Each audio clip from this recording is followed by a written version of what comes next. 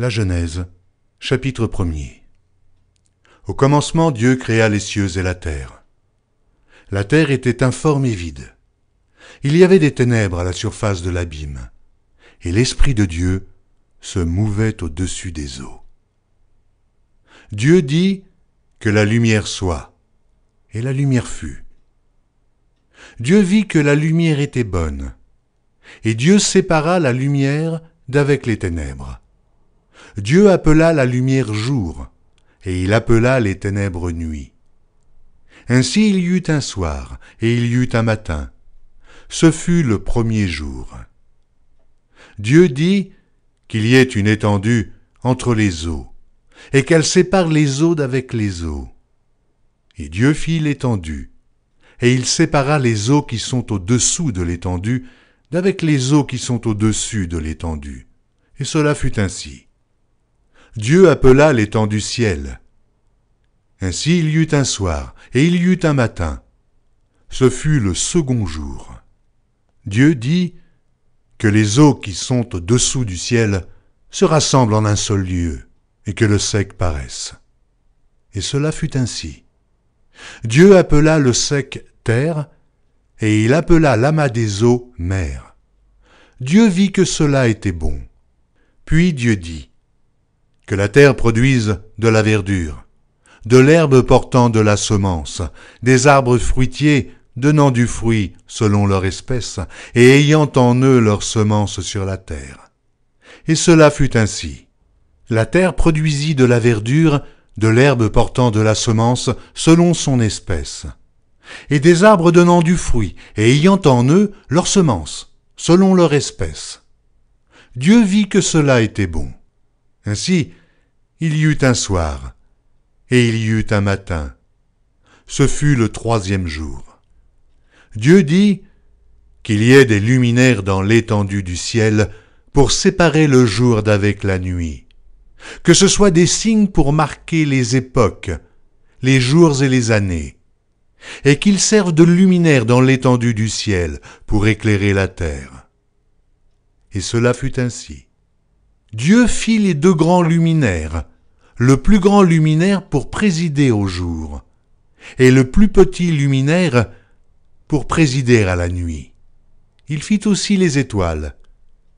Dieu les plaça dans l'étendue du ciel pour éclairer la terre, pour présider au jour et à la nuit, et pour séparer la lumière d'avec les ténèbres. Dieu vit que cela était bon. Ainsi, il y eut un soir, et il y eut un matin. Ce fut le quatrième jour. Dieu dit que les eaux produisent en abondance des animaux vivants, et que des oiseaux volent sur la terre vers l'étendue du ciel. Dieu créa les grands poissons et tous les animaux vivants qui se meuvent, et que les eaux produisirent en abondance selon leur espèce. Il créa aussi tout oiseau ailé selon son espèce. Dieu vit que cela était bon. Dieu les bénit en disant « Soyez féconds, multipliez, et remplissez les eaux des mers, et que les oiseaux multiplient sur la terre. » Ainsi, il y eut un soir, et il y eut un matin. Ce fut le cinquième jour. Dieu dit que la terre produise des animaux vivants selon leur espèce, du bétail, des reptiles et des animaux terrestres selon leur espèce. Et cela fut ainsi. Dieu fit les animaux de la terre selon leur espèce, le bétail selon son espèce, et tous les reptiles de la terre selon leur espèce. Dieu vit que cela était bon. Puis Dieu dit « Faisons l'homme à notre image, selon notre ressemblance, et qu'il domine sur les poissons de la mer, sur les oiseaux du ciel, sur le bétail, sur toute la terre, et sur tous les reptiles qui rampent sur la terre. » Dieu créa l'homme à son image. Il le créa à l'image de Dieu. Il créa l'homme et la femme. Dieu les bénit et Dieu leur dit « Soyez féconds, multipliez, remplissez la terre et l'assujettissez, et dominez sur les poissons de la mer, sur les oiseaux du ciel, sur tout animal qui se meut sur la terre. Et Dieu dit, voici, je vous donne toute herbe portant de la semence, et qui est à la surface de toute la terre, et tout arbre ayant en lui du fruit d'arbre, et portant de la semence. Ce sera votre nourriture. Et à tout animal de la terre, et à tout oiseau du ciel, et à tout ce qui se meut sur la terre, ayant en soi un souffle de vie, je donne toute herbe verte pour nourriture. Et cela fut ainsi.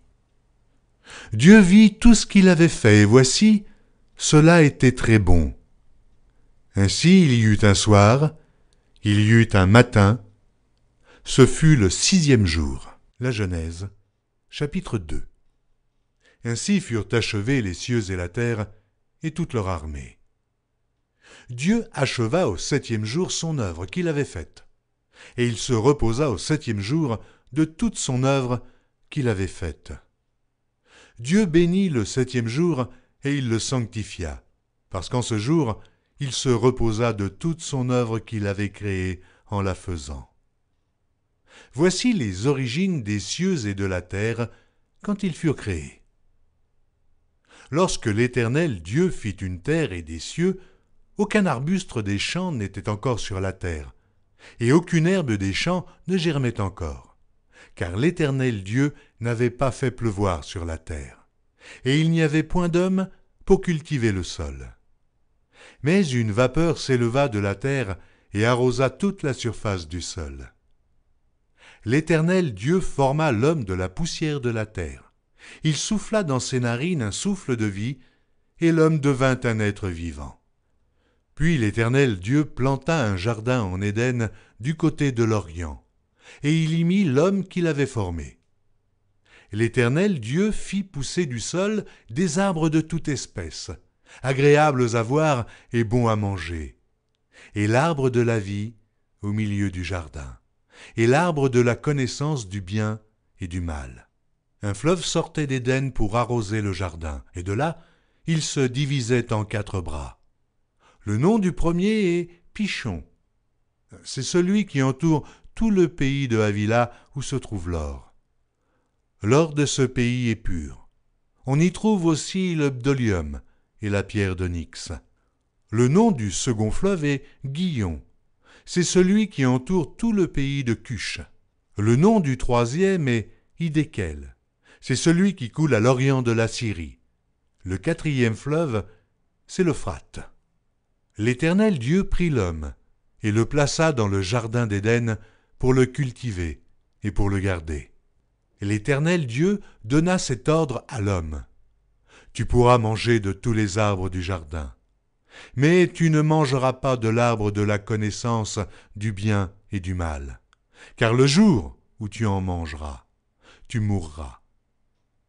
L'Éternel Dieu dit, il n'est pas bon que l'homme soit seul. Je lui ferai une aide semblable à lui. L'Éternel Dieu forma de la terre tous les animaux des champs et tous les oiseaux du ciel, et il les fit venir vers l'homme pour voir comment il les appellerait, et afin que tout être vivant portât le nom que lui donnerait l'homme. Et l'homme donna des noms à tout le bétail, aux oiseaux du ciel et à tous les animaux des champs. Mais pour l'homme, il ne trouva point d'aide semblable à lui. Alors l'Éternel Dieu fit tomber un profond sommeil sur l'homme qui s'endormit. Il prit une de ses côtes et referma la chair à sa place. L'Éternel Dieu forma une femme de la côte qu'il avait prise de l'homme, et il l'amena vers l'homme. Et l'homme dit, « Voici cette fois celle qui est os de mes os et chair de ma chair. On l'appellera femme, parce qu'elle a été prise de l'homme. C'est pourquoi l'homme quittera son père et sa mère et s'attachera à sa femme, et ils deviendront une seule chair. L'homme et sa femme étaient tous deux nus, et ils n'en avaient point honte. » La Genèse, chapitre 3. Le serpent était le plus rusé de tous les animaux des champs que l'Éternel Dieu avait fait. Il dit à la femme, « Dieu a-t-il réellement dit, « Vous ne mangerez pas de tous les arbres du jardin ?» La femme répondit au serpent, « Nous mangeons du fruit des arbres du jardin.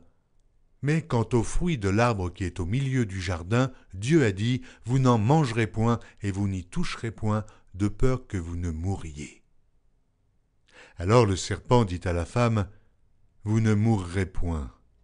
Mais Dieu sait que le jour où vous en mangerez, vos yeux s'ouvriront, et que vous serez comme des dieux, connaissant le bien et le mal. » La femme vit que l'arbre était bon à manger et agréable à la vue, et qu'il était précieux pour ouvrir l'intelligence.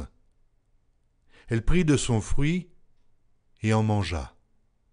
Elle en donna aussi à son mari, qui était auprès d'elle, et il en mangea. Les yeux de l'un et de l'autre s'ouvrirent, ils connurent qu'ils étaient nus, et ayant cousu des feuilles de figuier, ils s'en firent des ceintures.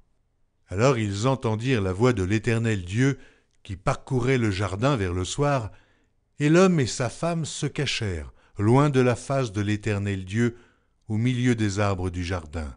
Mais l'Éternel Dieu appela l'homme et lui dit, « Où es-tu » Il répondit, « J'ai entendu ta voix dans le jardin, et j'ai eu peur, parce que je suis nu, et je me suis caché. » Et l'Éternel Dieu dit, « Qui t'a appris que tu es nu ? Est-ce que tu as mangé de l'arbre dont je t'avais défendu de manger ?» L'homme répondit, « La femme que tu as mise auprès de moi m'a donné de l'arbre, et j'en ai mangé. » Et l'Éternel Dieu dit à la femme, « Pourquoi as-tu fait cela ?» La femme répondit, « Le serpent m'a séduite et j'en ai mangé. » L'Éternel Dieu dit au serpent, « Puisque tu as fait cela, tu seras maudit entre tout le bétail et entre tous les animaux des champs. Tu marcheras sur ton ventre, et tu mangeras de la poussière tous les jours de ta vie. Je mettrai inimitié entre toi et la femme, entre ta postérité et sa postérité. Celle-ci t'écrasera la tête, et tu lui blesseras le talon. Il dit à la femme, « J'augmenterai la souffrance de tes grossesses.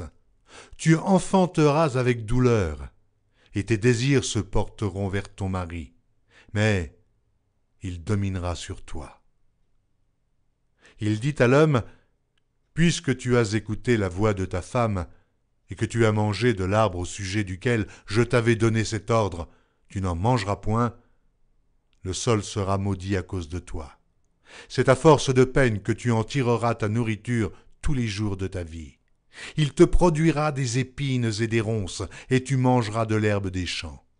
C'est à la sueur de ton visage que tu mangeras du pain, jusqu'à ce que tu retournes dans la terre d'où tu as été pris, car tu es poussière, et tu retourneras dans la poussière. » Adam donna à sa femme le nom d'Ève, car elle a été la mère de tous les vivants. L'Éternel Dieu fit à Adam et à sa femme des habits de peau, et il les en revêtit. L'Éternel Dieu dit, « Voici, l'homme est devenu comme l'un de nous, pour la connaissance du bien et du mal. Empêchons-le maintenant d'avancer sa main, de prendre de l'arbre de vie, d'en manger, et de vivre éternellement. » Et l'Éternel Dieu le chassa du jardin d'Éden, pour qu'il cultivât la terre, d'où il avait été pris. C'est ainsi qu'il chassa Adam, et il mit à l'orient du jardin d'Éden les chérubins qui agitent une épée flamboyante pour garder le chemin de l'arbre de vie. La Genèse, chapitre 4. Adam connut Ève, sa femme. Elle conçut et enfanta Caïn, et elle dit, « J'ai formé un homme avec l'aide de l'Éternel. » Elle enfanta encore son frère Abel. Abel fut berger, et Caïn fut laboureur. Au bout de quelque temps, Caïn fit à l'Éternel une offrande des fruits de la terre, et Abel, de son côté, en fit une des premiers-nés de son troupeau et de leur graisse. L'Éternel porta un regard favorable sur Abel et sur son offrande, mais il ne porta pas un regard favorable sur Caïn et sur son offrande. Caïn fut très irrité, et son visage fut abattu. Et l'Éternel dit à Caïn, « Pourquoi es-tu irrité? Et pourquoi ton visage est-il abattu? Certainement, si tu agis bien, tu relèveras ton visage. Et si tu agis mal, le péché se couche à la porte, et ses désirs se portent vers toi. Mais toi, domine sur lui. » Cependant, Caïn adressa la parole à son frère Abel, mais, comme ils étaient dans les champs, Caïn se jeta sur son frère Abel et le tua. L'Éternel dit à Caïn, « Où est ton frère Abel ?» Il répondit, « Je ne sais pas, suis-je le gardien de mon frère ?» Et Dieu dit, « Qu'as-tu fait ? La voix du sang de ton frère crie de la terre jusqu'à moi. Maintenant, tu seras maudit de la terre, qui a ouvert sa bouche pour recevoir de ta main le sang de ton frère. Quand tu cultiveras le sol, il ne te donnera plus sa richesse. Tu seras errant et vagabond sur la terre. » Caïn dit à l'Éternel, « Mon châtiment est trop grand pour être supporté. Voici, tu me chasses aujourd'hui de cette terre. Je serai caché loin de ta face, je serai errant et vagabond sur la terre, et quiconque me trouvera me tuera. » L'Éternel lui dit, « Si quelqu'un tuait Caïn, Caïn serait vengé 7 fois. » Et l'Éternel mit un signe sur Caïn, pour que quiconque le trouverait ne le tuât point. Puis Caïn s'éloigna de la face de l'Éternel et habita dans la terre de Nod, à l'orient d'Éden. Caïn connut sa femme. Elle conçut et enfanta Hénoc. Il bâtit ensuite une ville, et il donna à cette ville le nom de son fils, Hénoc. Hénoc engendra Irad. Irad engendra Méhujaël. Méhujaël engendra Métucaël. Et Métucaël engendra Lémec. Lémec prit 2 femmes. Le nom de l'une était Ada, et le nom de l'autre Tsilla. Ada enfanta Jabal. Il fut le père de ceux qui habitent sous des tentes et près des troupeaux. Le nom de son frère était Jubal. Il fut le père de tous ceux qui jouent de la harpe et du chalumeau. Tsilla, de son côté, enfanta Tubal-Caïn, qui forgeait tous les instruments d'airain et de fer. La sœur de Tubal-Caïn était Naama. Lémec dit à ses femmes, « Ada et Tsilla, écoutez ma voix. Femmes de Lémec, écoutez ma parole. J'ai tué un homme pour ma blessure, et un jeune homme pour ma meurtrissure. Caïn sera vengé 7 fois, et Lémec 77 fois. » Adam connut encore sa femme. Elle enfanta un fils, et l'appela du nom de Seth, car, dit-elle, « Dieu m'a donné un autre fils à la place d'Abel que Caïn a tué. » Seth eut aussi un fils, et il l'appela du nom d'Énoch. C'est alors que l'on commença à invoquer le nom de l'Éternel. La Genèse, chapitre 5. Voici le livre de la postérité d'Adam. Lorsque Dieu créa l'homme, il le fit à la ressemblance de Dieu. Il créa l'homme et la femme, il les bénit, et il les appela du nom d'homme, lorsqu'ils furent créés. Adam, âgé de 130 ans, engendra un fils à sa ressemblance, selon son image, et il lui donna le nom de Seth. Les jours d'Adam après la naissance de Seth furent de 800 ans, et il engendra des fils et des filles. Tous les jours qu'Adam vécut furent de 930 ans, puis il mourut. Seth, âgé de 105 ans, engendra Énoch. Seth vécut après la naissance d'Énoch 807 ans, et il engendra des fils et des filles. Tous les jours de Seth furent de 912 ans, puis il mourut. Énoch, âgé de 90 ans, engendra Kénan. Énoch vécut après la naissance de Kénan 815 ans, et il engendra des fils et des filles. Tous les jours d'Énoch furent de 905 ans, puis il mourut. Kénan, âgé de 70 ans, engendra Mahalalel. Kénan vécut après la naissance de Mahalalel 840 ans, et il engendra des fils et des filles. Tous les jours de Kénan furent de 910 ans, puis il mourut. Mahalalel, âgé de 65 ans, engendra Jéred. Mahalalel vécut après la naissance de Jéred 830 ans, et il engendra des fils et des filles. Tous les jours de Mahalalel furent de 895 ans, puis il mourut. Jéred, âgé de 162 ans, engendra Hénoc. Jéred vécut, après la naissance d'Hénoc, 800 ans, et il engendra des fils et des filles. Tous les jours de Jéred furent de 962 ans, puis il mourut. Hénoc, âgé de 65 ans, engendra Méthusélah. Hénoc, après la naissance de Méthusélah, marcha avec Dieu 300 ans, et il engendra des fils et des filles. Tous les jours d'Hénoc furent de 365 ans. Hénoc marcha avec Dieu, puis il ne fut plus, parce que Dieu le prit. Méthusélah, âgé de 187 ans, engendra Lémec. Méthusélah vécut, après la naissance de Lémec, 782 ans, et il engendra des fils et des filles. Tous les jours de Méthusélah furent de 969 ans, puis il mourut. Lémec, âgé de 182 ans, engendra un fils.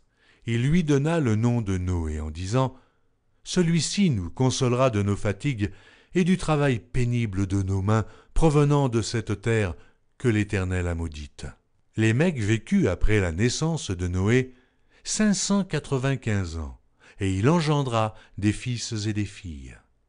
Tous les jours de Lémec furent de 777 ans, puis il mourut. Noé, âgé de 500 ans, engendra Sem, Cham et Japheth.